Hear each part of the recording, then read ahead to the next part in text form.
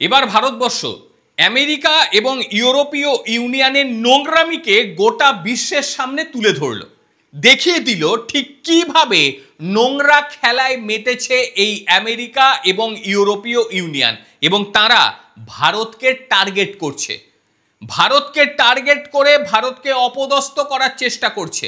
আর এদের সাই দিচ্ছে ভারতের কিছু অসভ্য রাজনৈতিক ব্যক্তিত্ব। তারা আবার তাদেরকে বলছে তারা নাকি ঠিক কথা বলেছে, আর অপরদিকে ভারত নিজের অবস্থানে পুরো মাত্রায় ঠিক। আর এবার ministry of external affair statement জারি করে জানিয়ে দিল ঠিক কিভাবে ইউরোপীয় ইউনিয়ন এবং আমেরিকা নোংরা খেলায় মেতেছে। পরপর 6টা পয়েন্ট দিয়ে বুঝিয়ে দিল যে ভারত ঠিক কোন জায়গায় রয়েছে, আমেরিকা ঠিক কোন জায়গায় রয়েছে। India has been targeted by the United States and the European Union।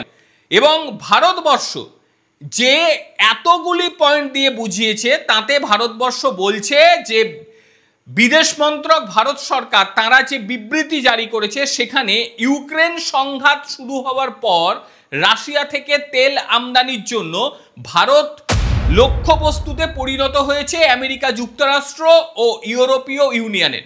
Bharat Russia থেকে আমদানি শুরু করে কারণ সংঘাত শুরু হওয়ার পর ঐতিহ্যবাহী সরবরাহ ইউরোপে সরিয়ে নেওয়া হয়েছিল। সেই কারণেই মার্কিন যুক্তরাষ্ট্র বিশ্বব্যাপী জ্বালানি বাজারের স্থিতিশীলতা জোরদার করার জন্য ভারতের দ্বারা এই ধরনের আমদানিকে সক্রিয়ভাবে উৎসাহিত করেছিল।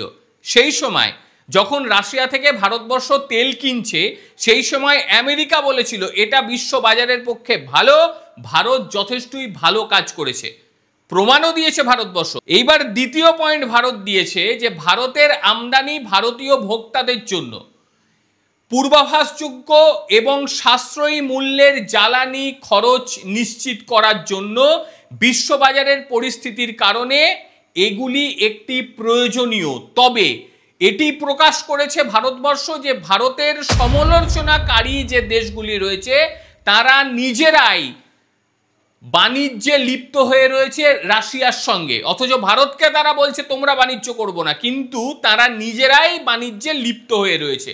এমন ধরনের বাণিজ্য সেইগুলি ভারত পর পর পয়েন্ট দিয়ে বুঝিয়ে দিয়েছে।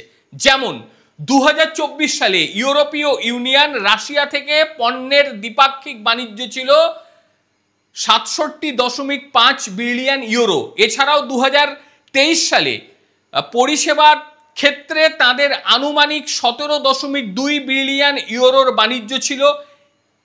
এটি সেই বছরের বা পরবর্তী রাশিয়ার সাথে ভারতের মোট বাণিজ্যের চেয়েও উল্লেখযোগ্যভাবে অনেক বেশি। 2024 সালে ইউরোপীয় এলএনজি আমদানিকারী রেকর্ড করে দিয়েছে, তারা 16.5 মিলিয়ন ডলারে পৌঁছেছে। 2022 সালে 15.21 মিলিয়ন টনের রেকর্ড তারা পৌঁছেছে। এইবার ইউরোপীয় ইউনিয়ন বাণিজ্যের ক্ষেত্রে শুধু জ্বালানি নয়, সার, খনিজ পদার্থ, রাসায়নিক, লৌহ, ইস্পাত, যন্ত্রপাতি, পরিবহন সরঞ্জাম এর মধ্যে অন্তর্ভুক্ত রয়েছে। এইবার 5 নম্বর পয়েন্টটা ভারতবর্ষ সবচেয়ে গুরুত্বপূর্ণ পয়েন্ট দিয়েছে। সেখানে কি লিখে দিয়েছে? সেখানে তারা লিখেছে where the United states in concern it continue to import from Russia. সেখান থেকে কি ইম্পোর্ট করছে? সেখান থেকে ইউরেনিয়াম হেক্সাফ্লোরাইড তারা নিচ্ছে ফর দিস নিউক্লিয়ার ইন্ডাস্ট্রি। এছাড়াও নিচ্ছে palladium for the EV industry. এছাড়াও কি নিচ্ছে? Fertiliser as will as chemical. অর্থাৎ একটা কথায় মার্কিন যুক্তরাষ্ট্র দেখাচ্ছে তারা উদ্বিগ্ন, সেখানে তারা রাশিয়ার থেকে পারমাণবিক শিল্পের জন্য ইউরেনিয়াম হেক্সাফ্লোরাইড এবং ইভি শিল্পের জন্য প্যালাডিয়াম এবং সার ও রাসায়নিক আমদানি করে যাচ্ছে এখনো। একবার ভেবে দেখুন দ্বিচারিতাটা ঠিক কোন জায়গায়। এই অসভ্য মানুষটি বারংবার যে ভারতের উপরে অঙ্গুলি নির্দেশ করছে সে তার নিজের দিকে তাকাচ্ছে না।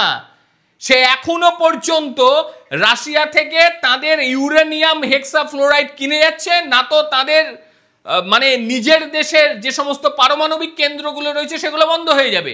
ইভি শিল্পের জন্য প্যারাডাইম কিনছে, তারপরে চাষাবাদের জন্য রাসায়নিক সার ইত্যাদি এখনো পর্যন্ত কিনে যাচ্ছে। একেবারে ভারতবর্ষ চোখে আঙুল দিয়ে দেখিয়ে দিয়েছে যে এই দেখুন ভালো করে কি কি কিনছেন, পেছনে এক সামনে আর এক। এটা তো আর হতে পারে না। এটা সেই সময়ের ভারতবর্ষ নয় যে মুখ বুজে সব সহ্য করবে। এটা সেই ভারতবর্ষ মুখের ওপর কথা বললে পরে চপেটাঘাটও জুটতে পারে। এর থেকে বেশি কিছু বলবো না। কারণ ভারতবর্ষের কিছু রাজনেতা আমার ভাবতে ঘেন্না লাগে যে এরা বাস্তব দিক দেখেই না, এরা কিছু শোনেই না, এরা কিছু জানেই না, অথচ ডোনাল্ড ট্রাম্পের কথাকে সাপোর্ট করছে। ভেবে দেখুন এরা কত বড় দেশদ্রোহী হতে পারে। ডোনাল্ড ট্রাম্পের কথাকে সাপোর্ট করছে, অথচ একবারও বলার ক্ষমতা নেই। ক্ষমতা থাকবে কি করে? নিজেদেরকে বিক্রি করে রেখে দিয়েছে। ক্ষমতাটা থাকবে কি করে? একটা বারের জন্য বলার ক্ষমতা নেই। ডোনাল্ড ট্রাম্প, তোমরা এখনো পর্যন্ত রাশিয়া থেকে জিনিস কিনছো, অথচ ভারতকে বলছো তোমরা ব্যবসা করবে না। আগে নিজেদের দিকটা তাকাও, তারপর ভারতকে বলার চেষ্টা করো, তার আগে অন্তত নয়। কি বলবো বলুন তো?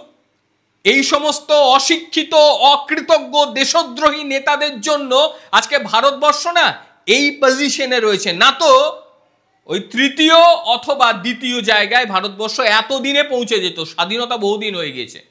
এই পটভূমিতে ভারতের বক্তব্য যে ভারতের ওপর যেভাবে দোষারোপ করা হচ্ছে এটা একেবারে অযৌক্তিক। ভারত তার জাতীয় স্বার্থ এবং অর্থনৈতিক নিরাপত্তা রক্ষার জন্য প্রয়োজনীয় সকল ব্যবস্থা গ্রহণ করবে।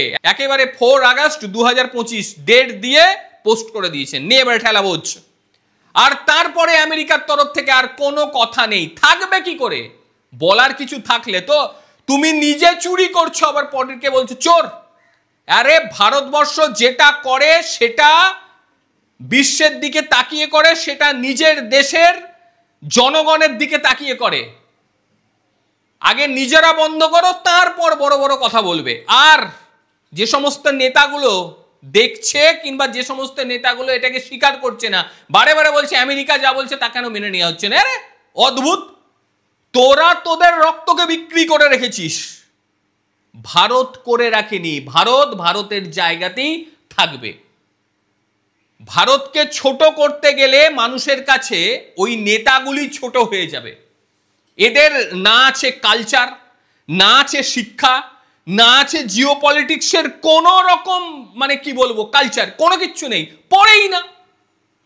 পড়েই না, পড়াশোনার জায়গায় নেই। জিও পলিটিক্স যে একটা পড়াশোনা সেটা পর্যন্ত তারা করে না। সেই কারণে এই ভুলভাল বক্তব্য। আর কতদিন এইভাবে ভারতকে পেছনে ফেলে দিয়ে নিজেকে বড় বড় ভাবাটা কতদিন? আর কিছু ইউটিউবাররা আছে মানে শুনলে পরে মেজাজ খারাপ হয়ে যাচ্ছে, এমন অবস্থা, মানে এমন ভাবভঙ্গি যে ভারতকে আমেরিকার জন্য সবকিছু খুলে দিতে হবে। ভারতকে আমেরিকার জন্য ভারতের যে কৃষি ব্যবস্থা সেটাকে খুলে দিতে হবে। এক ইউটিউবার বলছে যে ভারত কেন খুলে দিচ্ছে না? রে আমাদের দেশের জিনিস আমরা বাইরে থেকে আমদানি করব, দিয়ে ভারতের যারা কৃষকরা রয়েছে তারা শেষ হয়ে যাক। এটা কি কথা? যাই হোক, ভারতের এই যে কি বলবো মুখে করা জবাব, এটা নিয়ে আপনাদের কি বক্তব্য অবশ্যই বলবেন। একদিকে আমেরিকা কিনে চলে যাবে, তার বেলায় কিছু হবে না, আর ভারত কিনলেই যত গোসা। অবশ্যই আপনারা আপনাদের বক্তব্য জানাবেন।